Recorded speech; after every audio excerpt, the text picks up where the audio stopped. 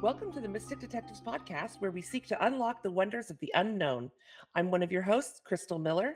And I'm your other host, Andrea Marziano. Hey, Crystal, how are you today? I'm doing well. How are you? I'm so good. I love summer. I do I'm love so summer. good. I know. And I'm like, no, I was thinking as I was speaking, and I am so good. And I love Great. summer. I really do like the heat. We're, as some of our listeners may know, we're in the Pacific Northwest. I live, I'm not. Andrea is. yes, we as in myself and the mouse in my pocket. And it's always a little bit cooler. And sometimes I really miss summer, but summer has been happening, which for us, hot is 72. So, but it's been actually in the hundreds lately. And that is super hot. And people, I think it was 2 years ago, something like 600 people died in the Pacific Northwest, including Washington and Oregon, because of the heat. And Wow. we're just not ready for it. It's Yeah. people don't have air conditioning. They are not prepared, and it's a bit of a humid heat. The other day I was having flashbacks to when I lived in Texas because it was so humid, and I had some dishes out to dry. I left them. I didn't dry them, but I left them. It took literally 3 days for them to dry, and Wow. they were on a stand. I mean, like, they had elevation, but it was just crazy. And so I remember when I lived in Utah, I could take my clothes out of the dryer, or excuse me, the washer, and practically by the time I got them from the washer to the dryer, they were almost dry. Here, that does not happen. I have to watch for mold. However, that's not the topic I was planning on talking at the top of this hour. What's funny, I want our listeners to know that Andrea said we're not going to talk about the weather this time. And what does Andrea do immediately? Uh, yes, I call that forth. All But right, speaking of fine. summer, Yes. um, my favorite thing to do in the summer is to go to concerts. When Mm. I was in Utah, oh man, I loved to get the USANA season pass and just go to Mhm. as many concerts as I could. I haven't been to any concerts here in Oklahoma because, as you know, I've had some health issues that have kind of kept me immobile and not Stationary. stationary. Yeah. Mhm. So anyway, but you were telling me about a concert you have that's coming up. Yeah, and depending on when our listeners get to listen to this, this will either be news to come or past information. But I'm going to a thing called Hair Fest. It's a 3-day festival, and it's cover bands of older bands, and some of our listeners may be too young to know a lot of bands, but it's going to be a lot of fun. And a friend of mine invited me, and we're camping, Oh, and fun. we're kind of glamping a little bit. We have our Rivian, so worst case scenario, I will be in the Rivian with the air conditioner going.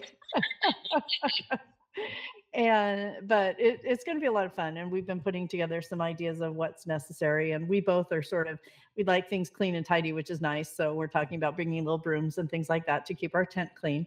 So that's how we roll. So But you're not I'm doing it looking, Element 11 style, is what you're saying. I am not doing it. In fact, I have my outdoor shower is on the way right now, because that's a thing. There also are facilities, but she said that it can be a little crowded. So we're going to bring that and our little portable potty. And so we'll be all set. That's funny. Is it Yes, like it'll be cover fun. bands for all sorts of bands, or is it like cover bands for old hair bands like Def It's Leppard and Poison and mostly, stuff? yes and yes. Okay. So mostly it's the older hair bands, but there are some that are that sort of a genre, but not Hmm. necessarily cover for the older bands, but they have that feel. And Okay. so, yeah, so I'm pretty excited about it. Cool. If nothing else, I'll be hanging out and eating good food and drinking some libations of some sort. Nice. Yes, indeed. So anyway, that's the fun looking thing that we've got going on. And our local community actually has quite a few, 3 different areas here have bands and things like movies in the park and stuff like that on the weekends. And so that's a lot of fun Oh, that's when we cool. get to Yeah. go out that. Yeah. And they cover the gamut of the kinds of things that they do. So it can be just senior citizens like myself, or young families, and it's just a nice way for the communities to get together. So, That's cool. That yeah. sounds really I'm looking forward to getting out again. The first thing I did most recently was, what did I do? Since I've been able to walk. Oh, I just had a barbecue at my house, but I was able to like go outside and like hang out with the kids and play with the dog and that sort of thing. So that was pretty awesome. That is very awesome when one Yeah, can become more mobile again. yeah, That's for cool. sure. All Yeah. right. Well, I think now that our audience is so fascinated with our life stories, we'll move on. We have a special guest today who, as usual, will let her introduce herself and go ahead. Hi, so I'm Jana McKinney, and I am a breathwork facilitator.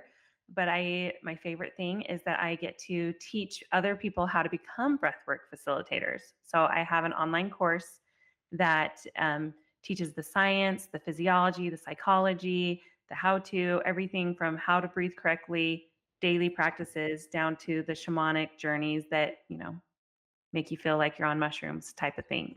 So I teach it all, every single type of breath work, and I'm just excited to be here and That's so share cool. it with We're you really guys. excited to have you. I've never talked with anyone that I know specifically that does breath work and teaching of breath work. So I'm interested to find out more about that. Well, I'm so glad because I feel like everybody needs to try breath work. So it's your opportunity, right? Yeah, Yay. for And sure. I actually am on board for breathing every day, all day. It's the best And idea for yeah, real. and pretty much most nights. So yeah, I like Unless that. you have sleep apnea. Both of Yes, us do. actually. I do. And Well, so I like to breathe. It's I'm going generally to good encourage you policy. to do it at night as well. So I can Thank actually you. teach you some breaths that help get rid of sleep apnea. So if that interests you at all, we can definitely help that. Cool. Yeah. Yeah. Yeah, that's good news. The good news. So do tell, how did you get involved in breath work? What was your kind of pathway there? Well, it's a fun story. So I was going through a very mm, emotionally abusive marriage at the point, and there were some things coming up that just were not fun. And we were having this yoga instructor come to our house, and she was teaching yoga that, and I've done yoga a million times, right? But when Mhm. I would do her classes, I would just feel like I just had a good cry. Like I just feel so much better. And like the stuff that was going on at home, it's like I could make it through because Mm, of these classes. And I was like, okay, I used to be a health coach and personal trainer. So I'm like, I've done a lot of yoga. It's not the yoga, but she also mhm, incorporated meditation. And so I started going into the yoga, into the meditation. And I was like, well, this is cool. And I like meditation, but it's not the meditation that makes me feel so different. So then I realized it's the breath. She had trained in India and was doing pranayama type breath Mhm. um, practices with us during these sessions. And so I was like, it's the breath. The breath is so powerful. It's making me feel like a completely different person and helping me survive this hard time. And so I started researching breath and came up with pranayama, learned all that, got certified in that, and I was like, that's cool, but I know there's more. I would come up and find other types of breath work. So I found this local couple that was teaching, and they were doing what's called a rebirthing breath work that mhm, is these longer journeys, like I mentioned earlier, that make you feel like you're on mushrooms. Mhm. mhm, And during that session, I fully had a huge release. I I was able to, what's the best word, maybe overcome or work through things that I've been going to therapy for years about. mhm, And Wow. That's awesome. yeah, it's like therapy was like, okay, I'm doing the therapy, I'm doing the therapy. And then Mhm. after that one session, I was like, uh, resolved. Like I feel Wow. so much better about this. And so at that point, I was like, I'm hooked. I've got to teach this to my clients, my health coaching clients, and I've got to share this with the world. So from there on, I actually went on and got multiple certifications because I just couldn't get enough. Every mhm. certification there was taught one piece of it, Mhm. and I wanted to know all of it. So I Wow, got a bunch certified and started sharing it with the world. I'm that's cool. I'm very curious. I did I did an apprenticeship that part of it was breath work, and I'm curious if you're familiar with it. It was the Yes Breath with Gay and Katie Hendricks. No, I actually haven't heard that Oh, one. okay. Yeah, that's Tell me. one where uh, it's a breath that's like, those toys where it has a wheel on it and it goes down and then up and then down and up. It's like a breath that's like that. So Okay. So the toy goes down and up. yeah, so it's Do the So breath. is it Show like me the breath. square? well, Yeah. okay, I can do the breath, but I have to get positioned for it. Positioned. I wonder, So it sounds a okay, little bit like box breathing. Mm-hmm. so okay, so it's like this. Okay, so you're going in, and are you doing multiple inhales as you're coming up Nope, on it's that just inhale? Or one. it's just one big long inhale Hmm. and then the one long exhale. Uh-huh. And Yeah. you kind of rock on your sits bones. Like Mm-hmm. it's almost like, I wish I could explain it better, but it's almost like the breath goes here and it goes down to your sits bones, and then it like reverses and then comes back out. Oh, excuse me. I was just going to say for our listeners, it was coming in through the top of Crystal and down and back out through the top. Yes. Yeah. Yes. Yes. And so I actually call that the circular breath. Okay. And so, yeah, the funny thing about breath work is we all can breathe, and like Mhm. all these different cultures have been playing with breath. And so there's many names for similar things. Sure. Mhm. So Sure. I've heard that one, like you just called it the yes breath. It's the Mhm. circular breath. I've had people call it the receptive breath, or what another one is the conscious connected breath, because you're like not Mhm. pausing. It's like one big Right. circle. Right. So it is a very beautiful breath, and we use that for a lot of different purposes. Yeah, that's awesome. Yeah. I even before talking to you, I can see why it's the one that the Hendrix is focused on, just because it is very expansive, I guess is the word I would use. So Yeah. Yeah, it definitely is. And it's expansive because you're actually having, when you direct that breath down to your sit bones, you're literally filling the lower lobes of your lungs, which is mhm. the lower lobes of your lungs are the biggest part of your lungs, right? And that's where Right. the most alveoli, the little sacs that do the exchange of carbon dioxide and oxygen, that's where they're the most. And so when you are using that lower part of your lungs and you're really directing that air low, it's giving you a lot more oxygen, changing the pH of your body. So you're able to heal because you're Mhm. getting more alkaline. It helps your Mhm. nervous system because you're using that diaphragm, which is connected to your parasympathetic nervous system, that resting, digest. So it's Mhm. like so many benefits with just that simple breath. Yeah. Yep. Powerful. Very powerful. Yeah. And then the other Isn't thing about it is the nose. You were doing it through your nose, Mhm. which is I don't know if you're wanting all these details, but No, I yeah. geek out about this part. So when you breathe in through your nose, you're actually getting more nitric oxide, which is a vasodilator. So it's Mhm. helping everything, like you said, expand. So your blood flows better. And then Mhm. that's good for your immune system. Like, so good. That's awesome. Yeah, and breathing is definitely not overrated. So one of the things when I think of breathing, I always think back to the Lamaze method because that was really focused on breathing. And we're both nurses, Crystal and I, and to think of some of the ways that I've seen it applied, or even when I have people who have had people who were getting a treatment or something that was painful, how they controlled their breath made a difference on how they responded, and assisting people to focus and slow down and just take some peace with it, and giving them some ideas even before I'd heard of anything other than, okay, just slow your breath, focus on something, things like that makes such a difference on people's pain response. And I'm sure you've seen this in your practice with probably every level. So when you start working with someone to breathe, and everyone's like, breathe, I know how to breathe. I know, Well, right? well, we hope so. However, I think, as I mentioned, there's so many people that in different instances are going to breathe differently. And the more tense they're breathing and short and rapid, the more stressed their whole body is and the higher their response is to everything. So how do you start with someone? Well, so how do I start with someone? If someone's coming to me and just doing a one-on-one appointment, I actually do kind of assess and watch the way they're breathing and then teach them just the basic correct way to breathe.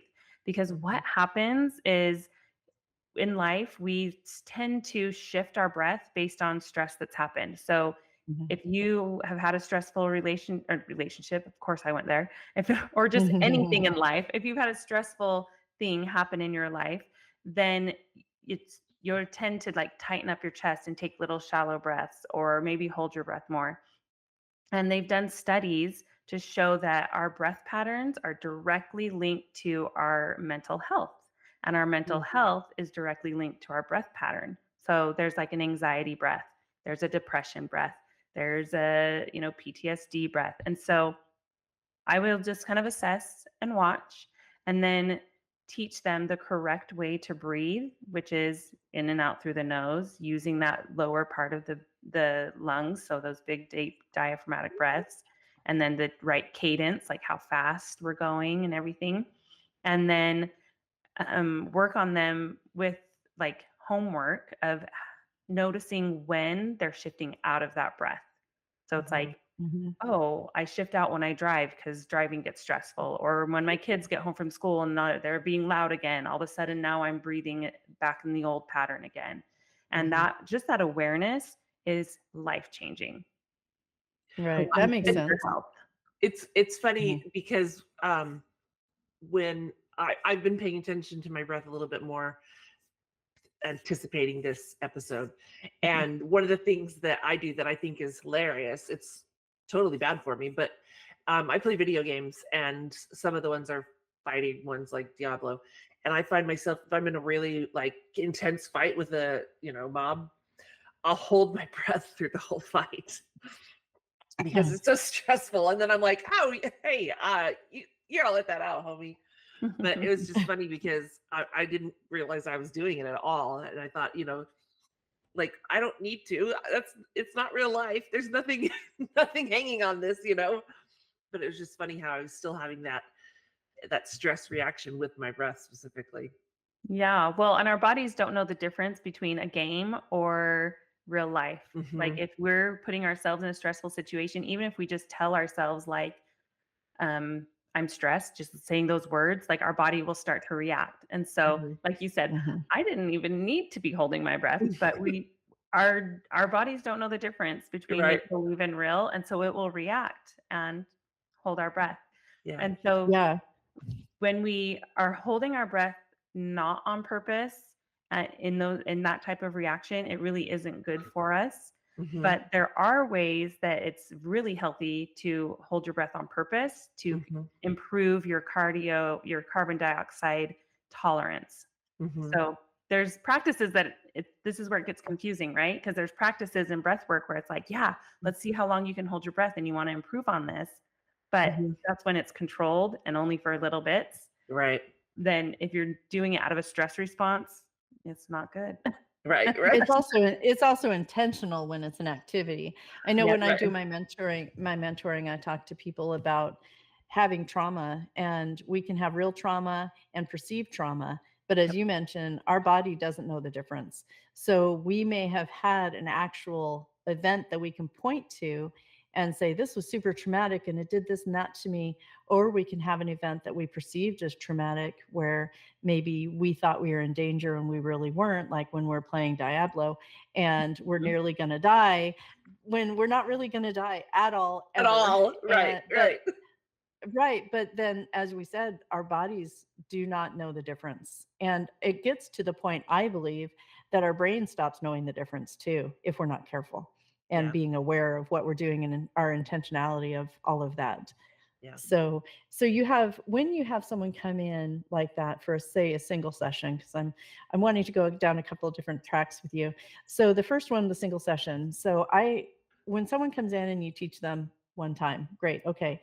How many sessions do you find that it takes in general for a person to start being able to apply these methods to their lives? Everybody is so different, but honestly, one time. Hmm. If you want to keep going, then you can. But I have this, case study, which is one of my clients that he came in and I literally taught him that one thing. I told him the right way to breathe. Mhm. And then I took him through a guided session where it's a holotropic journey. We did the specific breath for like probably about an hour. That put him in an altered state of consciousness. It's kind of that one I keep referring to that makes you feel like you're on mushrooms. So Uh-huh. this in total, this was a 2-hour appointment, right? We do the journey. I teach him the correct way to breathe, give him the homework to breathe correctly and notice when he's shifting in and out. And before his appointment, he was very suicidal. He was very struggling. His doctors had been putting him on medication. It wasn't helping. He came in and was just like, this is my last ditch effort. Like, I've tried everything. And within, a couple months after that appointment, I hadn't heard back from him. I even messaged the Mhm. doctor that sent him to me and I was like, hey, have you heard from so and so? And she's like, yeah, he's doing great. And I'm like, but that's all she can tell me, right? Right, right. HIPAA laws.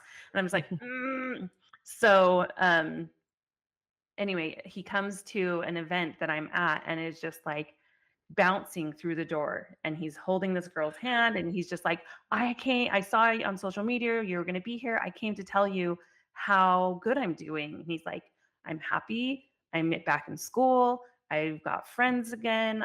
This is my girlfriend. Like, just total 180 from the time I saw him. And Wow. he's like, it's the breath. He's like, that's it. And I attribute it going back to, there's a breath pattern for depression, there's a breath pattern Mhm. for anxiety.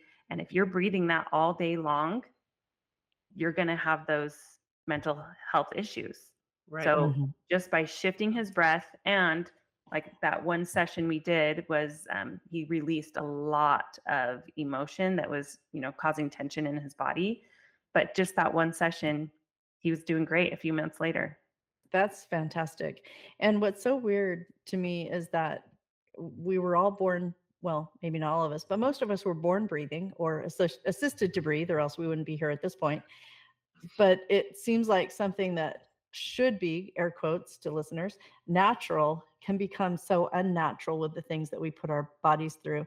I also feel like, and correct me if I'm just way off on some weird tangent, which happens time to time, is that the toxicities that we build up in our bodies affect how we breathe as well. Because you talked about the depressive breath and the anxiety breath. And I feel like there are times that our toxicities will change our breathing too, partially because of the way they affect our bodies generally and our Mhm. health generally, but also, at least for me, when I've been in a toxic state for whatever reason, whether it's emotional, situational, or all of that, I will change my breathing. And maybe that's a trauma response or something as well. But I noticed that. And have you noticed that when people start breathing more correctly, they actually treat themselves better?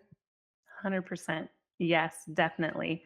Um, I want to talk about that, but I want to first mention when you were talking about we're born breathing, supposedly, hopefully, the right way. And that is true, but we actually have these mirror neurons in our brain that mirror the things we're around, the people we're around, our Mhm. caretakers. And so when we are like little sponges when we're first born, up until 7 years old, we're just taking in and copying everyone around us, right? And so those Right. mirror neurons actually shift and change our breath patterns as well. So if we are raised by someone who has anxiety, we're going to start breathing like them. Right. Think about when you're in a room with someone, you start to kind of match their Mhm. level, right? And so you'll start breathing about the same pattern as them. And so kids do that. And so we learn our nervous system and our breath pattern literally mimic those that we're around as young children. So, yes, we're born like that, but we quickly shift and we're passing that down to our kids. Right. So, And that goes back to what we've talked about in a few of our episodes, that generational trauma. 100%. Yeah. Yep. Mhm. Well, Yeah. and I was just thinking when you were saying that about how we breathe around the people we're around. Sometimes my partner Max will come to dinner and eat really fast. I'm like, I need you to slow down because your fast behavior right now is giving me anxiety. Mhm. And and making me feel like I have to hurry. What's going on? Is there a fire or something? Right. But and I wonder if when he's like that, because he'll wait to eat till he's really super hungry, and so then it just and so I wonder if when he does that, his breathing pattern is probably different too. I'm gonna watch and Yeah. see, because I know I get yeah, because oh my gosh, for one reason we're in a big hurry. I don't know why. I can't take it. Yeah. But And I was just going to say that. And now watch your breath and notice if right. you're shifting your breath when he's acting like that. And I probably you are. absolutely am. Yeah, Yeah. I know I am because I feel it. I feel like I'm getting anxious, and I don't tend to have anxiety, but for some reason that really super fast shoveling it in gives me anxiety, and I'm sure that's deeply seated somewhere. But but it when and so I'll ask him, I'll say, "Can you slow down just a little bit so we can, ratchet it down a little?" And it makes a difference. When he slows down, I can slow down, and I think it's better for us in a lot of different ways. But it took me a minute to figure out why I felt anxious at that time. And then, of course, digging deeper could be useful. I'll do that Yeah. later, Yeah. though. And that's one of the things that I teach my facilitation students is, being a breath advocate. When you notice somebody's breath is off, then you get to be that example of the correct Mhm. breath. Because often if we tell them, hey, slow down, that actually stresses them more, right? Right. Right. But what if you were like, you consciously just slowed the breath down and just like way slow. Mhm. Yeah, and Nice. that's what I do during massage. If when I'm giving a massage, I can tell someone's tensing up, I'll take breaths that are audible so Mm-hmm. that they will start to match it. It's amazing how fast someone will match whatever they're being exposed to. Yeah. And it's really kind of fun to be able to, even without saying anything, take a deep grounding breath and a couple of times, and they'll respond in kind. Yep, and Yeah. that's like a psychology thing is, the what not my brain just turned co-regulating nervous systems, Mhm. and that's one way we co-regulate each other is with the breath, and so that Mhm. example of it. Well, and it's Yeah. interesting. I don't know if you have children or not, Jana, but I do. okay, so you can probably relate to this, and I'm sure Andrea can relate to this. But I can't count, even come close to counting how many times I've had a child come up to me in a frenzy, and where I've just said, "Stop, let's slow down your breathing, then we can talk about this," because Mhm. there's just really something so controlling in a good way about your breath. Just it's amazing what just taking a moment and being and thinking only about your breath. Like, I have one daughter that is on the autism spectrum, and one of her major symptoms was basically it was major obsession, and she would throw these temper tantrums that were off the wall. And I'm not exaggerating, she could cry for 6 hours. She could Mhm. cry, she would cry herself to sleep and wake up crying Hmm. and yelling, and just and she ended up going into a program that was really cool, and they taught her what they called her calming skills. Mm. And the very first one they taught her was stop, pay attention to your breath, and when your breath is slower, then we can start to talk about, or you can start to think about whatever this thing is, that is working you up so much. Yeah. Yeah.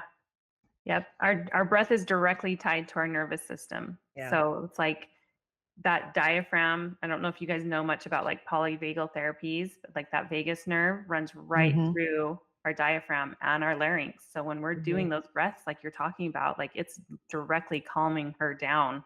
Hmm. So cool. Yep. Yeah, and it's amazing to me that while, as I mentioned, we're both nurses and we talked about the vasovagal response and things like that. I don't remember, and maybe you do, Crystal, because your nursing experience and training is more recent than mine, but we did not talk about breathing. I mean, we just didn't. And back in the dark ages, because I became an RN in '92, and we didn't talk about anything like that I knew that when I was talking with my kids, if I would slow my cadence and lower my voice, that they would do it too. But as I think about it, that means I've slowed my breathing and I've taken the cadence down a little bit, but I didn't realize that was what was happening. And I think that our listeners may find that they do this naturally, but if we can do it intentionally, like I'm sure you teach, that would even take us steps further in a direction that works better for us on a more continuous basis. Yeah. Yes, definitely. That awareness is key, right? That Hmm. intention. Mhm. For sure. So I checked out your website and I noticed that you do group activities too. When you have a group come in, I imagine it's a little bit more casual than if you have a one-on-one time. But how would a group setting look? How would you work together with a group of people to do a breathwork session? Yeah, group breathwork sessions are magical. I love them because you kind of it's first of all a sense of community, right? And then Mhm. this type of breathwork that I do, it's the longer sessions that put people in an altered state of consciousness, and they're releasing emotion. They're feeling into things they haven't for a long time. And so as a group, it kind of allows you to be seen in a vulnerable state. And there's something really powerful about being witnessed, right? If Mhm. Yes. you cry alone in your bedroom, it is not as healing as if you cry with a friend, Right. right? Mhm. And so being in a group, it's like, you know what? We all are going through stuff. We all have highs, we all have lows, and you're still loved and amazing no matter what point you're at this moment, right? Mhm. You And just made me think of something kind of related, kind of not, but it this was just it just blew my mind. Um, so often people will have emotions and the people around them will be like, "Oh, they're just doing it for attention." And it just occurred to me that we could totally flip that script and say, "Oh, they need a witness." you need a witness. Yeah. That's so Wow. different. That gives me actually goosebumps, and it reminds me of the line, and I may not be directing this, quoting this directly, but the line in Course in Miracles, which is that every person's actions are either love or a call for love. So you can either match that love or you can give that love that they're calling for. And I feel like that's the same kind of thing where instead of spinning it negatively, like, oh, they're just doing it for attention, like seeing it as they need a witness, like that's so much more gracious and like that could change the world, I think. Yeah. I agree. I I agree with agree. you. When you talk about witness, I noticed that when I had a cancer experience and when I was going through it, I think of this friend of mine who called one time and I said, "Hey, how are you doing?" She said, "Oh, blah, blah, blah. And I have a cold and this and that." And then she stopped suddenly. And that's when I knew she was thinking that I was going through a cancer experience. And she Mhm, said, "Yeah, but you have cancer." And I said, it's not a competition." And when you were talking about the group that people are high lows, they're in different places at different times. It doesn't matter where a person is. That Mhm. having that experience, because she was still having a hard day. It doesn't matter if it's because mhm. she had an ingrown toenail, and I didn't have an amputation, but if I had, that well, I guess I did, but but not Yeah, like I I'm guess you did. thinking. I guess I did, but I didn't lose a leg. And but it's interesting because I think a lot of times in our lives that people are saying, well, your trauma is worse than mine, so I can't feel bad today, or mine other way is Mhm, you got to feel more sorry for me. We're mhm. all having our journeys. We're all in a place that may feel super hard to us, even if it looking from the outside looks like, yeah, they're fine. But it doesn't matter because it goes back to that real and perceived traumas where our body is experiencing trauma of some sort. It doesn't matter if it's because I got a splinter in my finger or another more what people would call intense or difficult trauma. Our response is the Pipe through same. your skull. Oh my gosh, yeah, that would be bad. But no, it didn't have that. But with that group thing, do you do any talk with it as well, in addition to your breathing instructions? Yeah, yeah. So, the first half hour is just talking. We get Mhm. everyone kind of circled up introduce each other, kind of talk about how they're feeling before they even got to class. And then I, of course, explain everything about what we're going to do. And then we do the breath for about an hour. And during that breath, it's, loud music, and the music takes you on a journey. But then I'm also guiding thoughts where I ask questions. I don't ever give answers or like, here's what to think about, but I say like, what's an emotion that came up this week that you maybe didn't like, or I just ask a question and then let them have 10, 15 minutes for their brain to just go off into la la land and really process those thoughts. And then then later on in the journey I'll give another thought, questioning, and then at the end, when we're all done, then we gather back together around the circle and share experiences about what they experienced during that session, how they're feeling now. And we just kind of take the turn going around the circle, letting everyone speak. And if they don't want to, they can just be like, no, thanks. But, and then, really cool insights and things come up where I can share experiences or give more thoughts and more questions. But it's every session's different. But there's that talking before, a little bit during, and then after. Cool. Nice. Yeah. So when you were growing up, did you have any tendency towards any kind of healing arts, or do you have other healing arts that you work with or through? When I was growing up, I remember being like maybe 12 years old and watching TV. And do you guys remember that crazy show like Wife Swap or something like that? Oh yeah. Yes. Do you remember that? Yeah. I was watching that. And one of the wives or the husband, someone on there was a life coach. And I remember being like, that's cool. I want to be a life coach. And my mom was like, that's not a real job.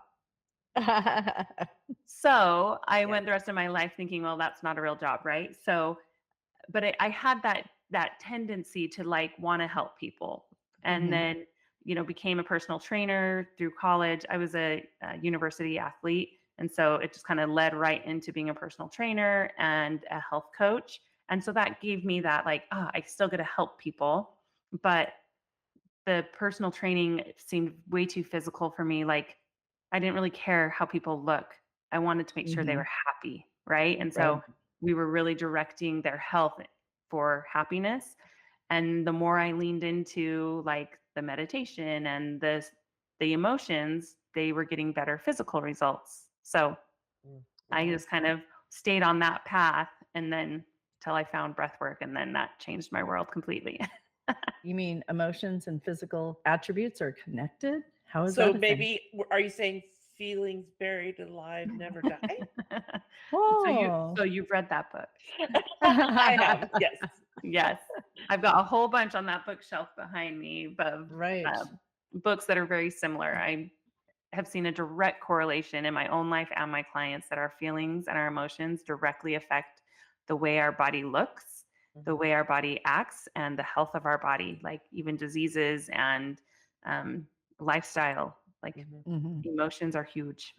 Yeah, totally. For sure. That's amazing. So what other kinds of things do you do with your breath work? So I have picked up a few things since then as well. So I do Reiki. And so when I do a one-on-one session, I'll often add in Reiki or foot zoning as well, just because kind of that same thing, those energies channels need to be unblocked. And if I can help that with some hands-on work while they're doing the breath, it just amplifies the session even more.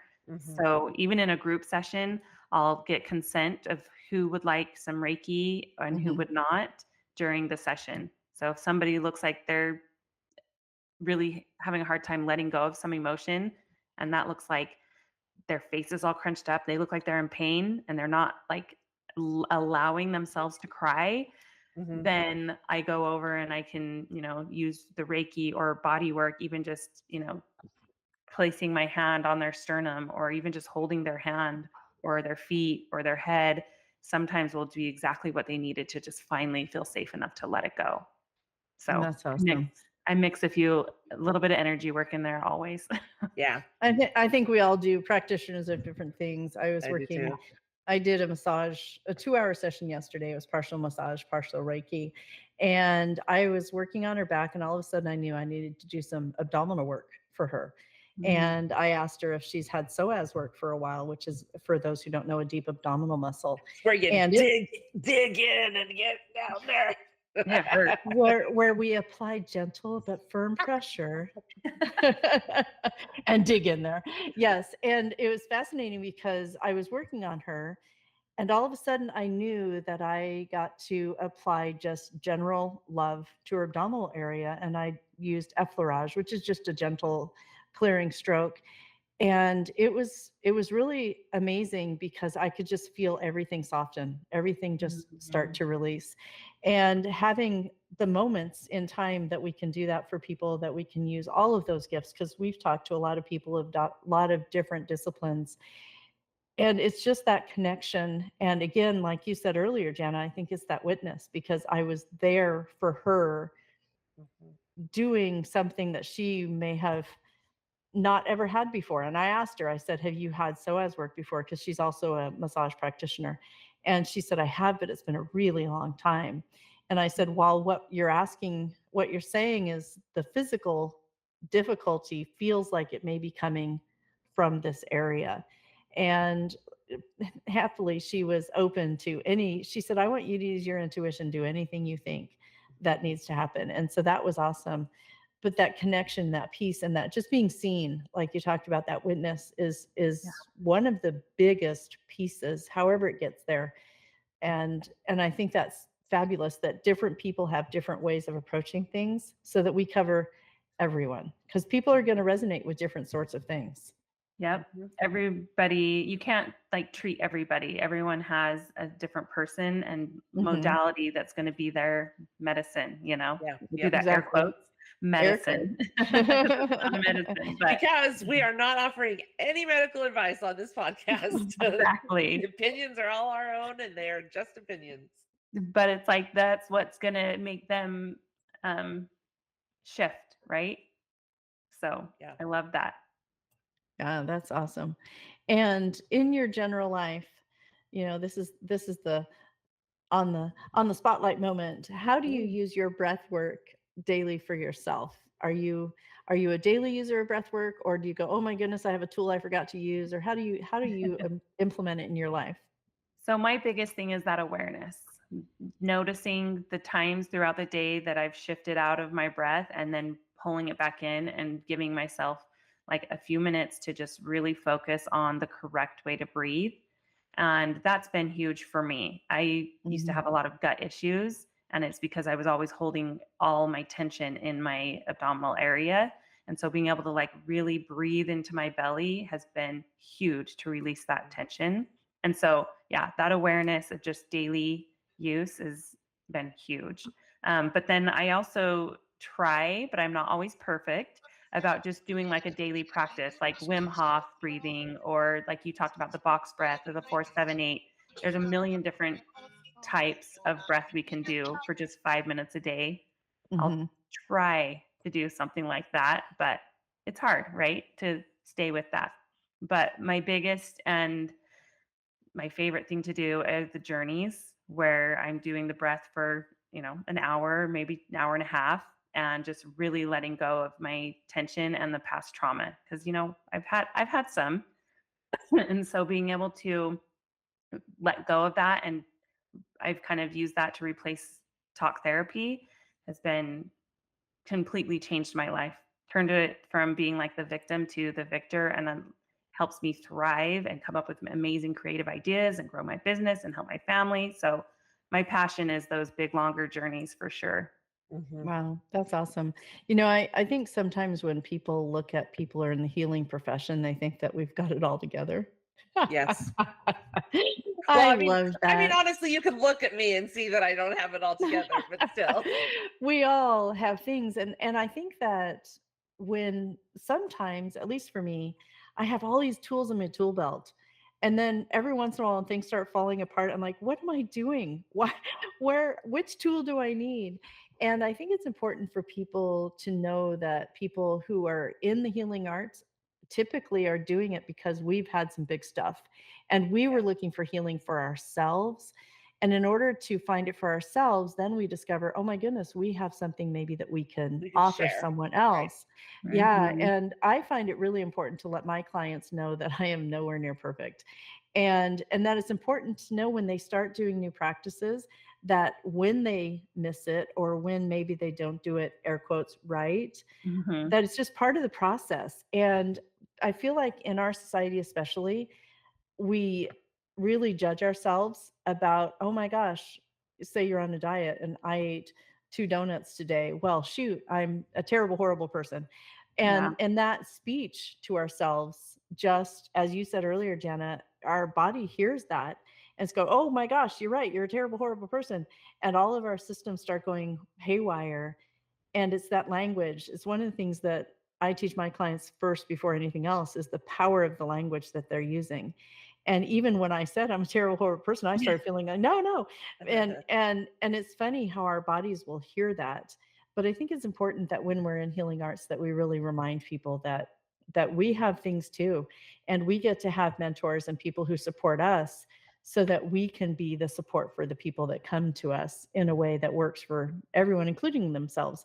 I find for me, when I'm going through a big session with someone, I feel a lot better after. And I imagine that's true for you as well. Oh, yeah, for sure. And, I love what you're saying about that. Like everyone, even the healers need healers, right? And even coaches need a coach. Like we all need that help to keep growing and in bettering ourselves and being witnessed by someone Mm-hmm. else. And so 100% I always have my people that are there for me so that I can be there for others. It takes a Right. whole village, right? Yeah, definitely. Andrea, I have to tell you that you reminded me of a memory that also reminded, just like actually pointed out to me something I do. When I was younger, I was raised in a very strict religious environment, and so were the majority of my cousins. And um, one time I was playing at their house, staying for the weekend or whatever, and they told me that they had learned that if you say cancel after a swear word, you won't remember the swear word, so you can swear and then say cancel, right? Because we weren't allowed to swear, so they'd be like, Right. "Oh shit, cancel." And what you made me realize is that when you said that I'm a very horrible, terrible person or whatever, I immediately went cancel, cancel, cancel, Mm-hmm. because that I had that ingrained in me for whatever reason. So I think it's really funny that it's funny to have that memory first of all because that's hilarious. But it's so funny the things we do that we aren't even aware that we do. So often, so often. Yeah, And I so feel often. like what you're saying is true though, that if we say something and it feels yucky, then we can clear it immediately. We can Yeah, transmute it. We can do whatever the words that we yeah, use are. To me, saying cancel can give us a trigger to remember to do the next step. To me, just the word cancel doesn't clear it. But hmm I get it because Mhm. there's a lot of things in my life. It's like, oh yeah, reverse, cancel, yeah, change, yeah. erase, Uno reverse, erase, uno reverse. universe. Yeah. Yeah. And and I think that though comes to the thing we've talked about a lot is the intentionality. What is our intention? Our intention when we were children to say cancel was probably so that we could swear and get away with it. But in as we grow, maybe that is something that we can use to just shift our thinking. I learned in a training to step left, just literally step left. Mhm. I did And that same training, Andrea. I know So did you did. I. Yeah. And so, but what sometimes, especially when I'm doing mentoring, I will say, I really invite you to stand up, physically move your position because that does so many different things. It physically moves their position, it makes them focus differently. And a lot of times it comes with that breathing shift too. Oh, okay. Because it's funny when people do a physical change, sometimes just naturally they'll go, okay, and that Mhm. changes their breathing, right? But you're not giving them 18 steps. Just okay, here's the one. Well, I personally think that Hendrix training is superior to the one you're talking about. And one of the things that they teach is even just wiggle. just go like this. Mm-hmm. And like It's that awesome. changes everything. It really does. Uh, I could go on and on how they're superior, but um, anyway, um, yeah, same with like um, sing your problems, and I think that relates to breath work, right? Because singing is a whole different way to breathe, and Yep. it's a lot harder to get negative emotions when when you're When you're singing. singing. Yeah, Right. right. Like, so it's a way to speak about the problems and to get them out there and to release them without bringing yourself down. Yeah. Yeah, our granddaughter was we were in the pool and Max and I were floating because, that's what we wanted to do at the moment. But she wanted to do something. She's 11, so she wanted to do something more interesting. And she was singing, I'm so lonely. And she was in the pool with us and she was talking about how lonely she was and everything else. And it was hilarious because she really was totally happy with what was happening, but she was singing and I said, new verse. And so she was going along. But I've noticed that for her, especially, that when she is feeling something, she sings. And I think that's really fun. Her mom does a lot of music. I don't know if Juliana sings per se. Juliana's usually listening. Juliana, write in, tell us, do you sing? But she plays a lot of different music, and I know she uses it through their family days in life to regulate emotion. I struggle a little bit with the word regulate because it's such a catchphrase these days, but it does make a difference. And so I find it fascinating that different people will apply these tools differently. So that's super fun. But singing is when do you use singing as an example for breath work? There's like with that circular breath that's Mm-hmm. used often in singing. And so we kind of talk about it. And with singing, they train you to use your diaphragm. So I'll be like, talk about it that way, but we really don't use it a ton unless we're doing what I call toning. So Mhm. at some of those longer sessions that we do, what I call them a breathwork journey, we'll do what we call toning, where it's like, okay, on your exhale, make a noise, just find your voice, whatever that sounds like. So for some people, it could be a hum, like a hmm. Some Mhm. people, it could be like a ah, whatever Mm-hmm. it is. Just make any tone of voice that you can. And that actually helps people kind of break out of like that stuck, I can't release feeling if they tone. And going back to that vagal therapies we were talking about, it's literally toning the vagus nerve because it goes right through your larynx. So it's Mm-hmm. it's Mm-hmm. powerful in many ways. Yeah. Yeah. Well, and I feel like if you were to bring singing in a lot, it might be troublesome because for me, I don't think I'm a very good singer. So I'd be all stuck in my head about singing. Yeah. Like, I did a massage this morning and it's creekside. And so we have the music of the birds and the water and stuff. And I said, or I can add more. And so I started singing poorly. It's a girlfriend of mine, so I knew her. And I said, how about that? And she said, well, let's go back to the birds. And so, but it was obviously I was joking with her about it. But it's important, I think, when you do any of these sorts of things to find something that is almost in a neutral place so that people can embrace it without getting stressed about what they're actually doing. And Mhm. sometimes with too many steps, like I said, sometimes just the physical move makes people do a lot of things, even if they're not planning on it. But is it ever challenging for you to avoid saying, okay, and then step number 14 is everything just simple enough that it doesn't feel like step number 14 ever comes? Does that make Yeah. sense? No, it does make sense. And it's very simple. It's the breath. Like, Mhm. we keep it very simple. We just breathe in, we breathe out. I give them a little bit more of a pattern to do, but sometimes even with just that simple, shift in breath pattern, people will overthink it. And so then I just Mhm. remind them, hey, I promise if you're just doing any breath, this is going to work. Don't be in your head about it. So just sometimes that guidance helps. But I believe in like keeping it simple. Mhm. So we Kiss, don't add kiss. a Keep lot of it steps. simple, sister. Yeah, Yeah. Yep. keep it simple, sister. Or some people use another word that I don't prefer. But yeah, I saw a meme this morning that it was like the traditional overthinker, and it was a little teeny boy who was holding death grip on a rope in water, like he was in a pool or something, and just kicking and screaming and screaming. His mother walks up, puts his feet down, and he could stand up. And the rope was actually at chest level, so he could stand up the entire time. But he was panicking because he didn't think he could. He didn't know he could. Yeah. And that's where I feel like a lot of these techniques are so important, where we remind ourselves and each other that we can. We can, and we do. We Right. just sometimes get to refocus on how we go from point A to point B. And I think that is, as we talked earlier about potentially, to me, the goal of healing practitioners is just to remind people we all have what we need. We just get to find out how to release it or to do it, or whatever that looks like in the practice that we're dealing with. How to click our heels in our ruby red slippers, right?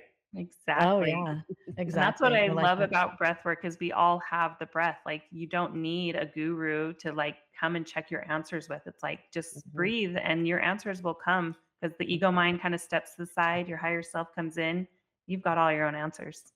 For sure. And back again to breathing, air quote, ought to be easy, but sometimes we complicate things so much that just reminding ourselves that we can take that second. And that may be one of the biggest things I feel like we've talked just briefly about, but just take that grounding moment. Where am I? What am I doing? Where do I want to be? And is this going to get me there? And if not, okay, we can shift. If so, awesome.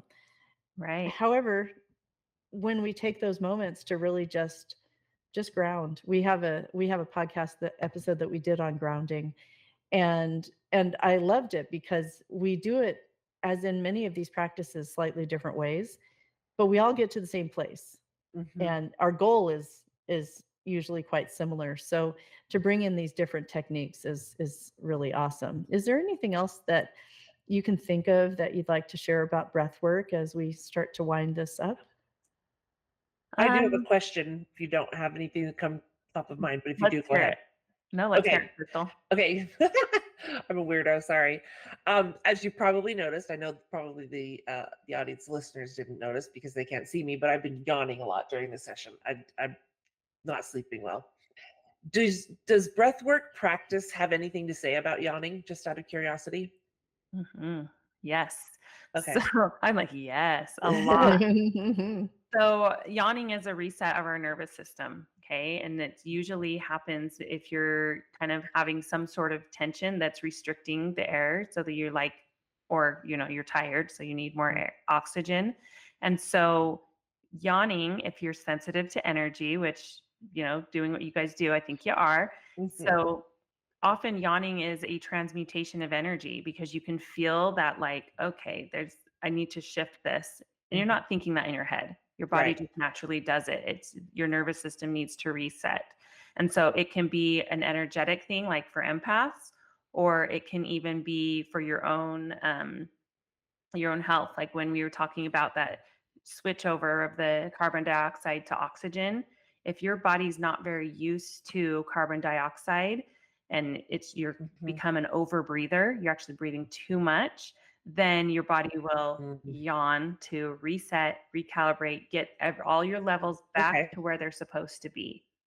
So it can be multiple things, but it's like our yawns are so powerful. There's Dan Brule, who has written a bunch of books and stuff. He's studied with like all the ancient, I say ancient, that was funny, ancient breathwork people, but then there's like the people that brought it to the West in like the 60s and 70s, and we're doing all the studies. And so anyway, that is ancient. I mean, the 60s. I mean, well, I was going to say he studied with the ancient people, but he didn't. He studied it's with what the 60s kids are and calling 70s. the late that's called vintage. 1900s, by the way. Right, exactly. So, but he is just like geeks out about yawning, and it just says how we should be playing with our yawns more often, and see if when you're yawning, if you can actually breathe in at the same time. Like he's obsessed with them. So it's kind of So fun. I always worry that, there's often a negative stigma, like, you're bored. Oh, you don't care what I have to say. And I got to tell you, in my case, it's almost never that. I mean, because here's the thing. No. If I'm bored, I'm going to go, I'm bored. Yeah. I was No. watching She will. I was watching a training for work today. So boring. And I kept just being like, this is boring. This is boring. Yeah, and you weren't yawning. Nope, wasn't Yeah. yawning. So I have a couple things to say about that. Yawning is often from being overstimulated. So what I used to run for Utah State University, and we had a like mindset Go coach. Aggies. Go Aggies, yes. True Blue alumni. Okay, so we had this mindset coach who came in and he was saying that often people will yawn before an event. And so I started paying attention to that and I'm like, oh my gosh, that's totally me. I was yawning all the time right before I'd get up to race. And it's because that tension I talked about, your body's kind of tensing up because you're overstimulated. There's a little too much, right? And then do you guys want to hear TMI? Yes. Yeah. Okay. Always. So, this is going to be embarrassing. I hope you have 0 listeners that hear this. But here we go. So in my previous marriage, it was emotionally abusive and a little controlling. And anyway, I wasn't as happy and I didn't know I wasn't. But during intimate times when I should be stimulated, I would yawn and it would cause major problems in the relationship. He'd be like, why are you yawning? You're supposed to be moaning. Right. And it was that overstimulation, that tension of like, I just don't love this very much, Yeah. like it was more of a, I'm supposed to be doing this, then I want to be doing this. And it was more that overstimulation and energy shift. The empath part of it is like, I need to shift this energy. I need to shift this energy. And so I'd yawn like 30 times and then we'd be done. And Wow. And that's I told you fascinating. TMI. Yeah. Directly tied to our nervous system. And I'm here to report, since I've been out of that relationship, I do not yawn during those intimate times anymore. This is good news. It's funny because when we had a dog that would yawn a lot when he was stressed. And so he would, I think as humans, we go, we pretend like we're not yawning or somehow do something so no one knows for the reasons you mentioned, Crystal. Yeah. But I would watch him, and even if he didn't appear to be stressed, like it didn't seem like there was any reason he should be stressed, he would still yawn. And Max would say that's what he does when he's stressed. He just yawns and yawns. And it's not a tired thing, but it's a reset thing. And because he didn't care whether we were watching him yawn or not. It doesn't matter. It worked for him. And one thing I was going to mention about yawns is that when there's been some studies, a lot of studies on, well, everything, but yawning particularly, that if I'm in a group of people and someone I know or care about yawns, I will too. And the propensity to yawn is greater with people you're connected to. And I read that study years ago. And so I'll watch sometimes and see if there will be a chain reaction of yawns, especially in family members. And I feel like that goes back to some of the things that we've talked about is our family is setting our baseline. Yeah. And so that's one of the ways that we're connected. And sometimes in those tense moments, probably even more, is someone going to yawn more, or What's are funny they you going to say have that. that sort of response? It's funny you say that with the tense moments because, as you know, I love my employees. I have 2 employees. I love them. And with one of them, we will often, particularly when we're on the phone with our CEO, we will often have a back and forth yawn fest because like we're in such a position, where we're having to pass on information and this information has to be right and it better please our boss. And it's still pretty casual. Like it's not this crazy business environment, but Right. again, this is just something that when you were talking about it, I realized it. I mean, we've joked about yawning, and making each other yawn, but that happens where it's just back and forth, back and forth. We don't even see each other. We're just on the phone. There's Right. just something about it. Yeah. You just feel it. You feel the same energy. Mhm. Yeah. Wow. Well, this has been super fascinating. And Agreed. I agree. we get to tie a little bow on this. So any other words of advice or wisdom about breathing that you have that you'd like to share with our listening Oh, audience? first of all, why don't you Oh. share your website for us? Yes, good so idea. so people know where to Okay. find you. So my website is getlivingfit.com, and I'm actually also changing it to Get Living Breathwork. So check both. Eventually, it's going to be Get Living Breathwork probably by the time this comes out. And you can also find me on Instagram at Get Living, but there's a period between every letter. Every So letter or every word? every letter, like Oh, G okay. dot E dot T dot. Wow. It wasn't, That's I really wanted my Get Living because that's my business name, and it was taken. So I made it happen. That's awesome. Good. I like it a lot. Well, good. And Yeah. when this podcast drops, we can have you add that to the comments, and Yeah. that way people connect with you. That's great. Well, a lot of fun. It's been fun to talk to you. Yes. I'm going to pay even more attention to my breathing, and thank you for your time. Yeah, Yes. thank And you. if anyone wants to even try a free session, I do have that linked on my Instagram. If you want, we can hook you up. Awesome. Yay. you. All right. Thank you so Thank much. you so much. You bet. Bye-bye. Bye. We'd love to hear from our listeners. To leave a comment, share a story, or ask a question, email us at listeners@mysticdetectives.com. You can also find out about our Patreon and other interesting things going on at our website, mysticdetectives.com. As always, we invite you to subscribe, share, and leave reviews to support the podcast. Thank you for listening. We'll see you next week. Stay curious And keep exploring.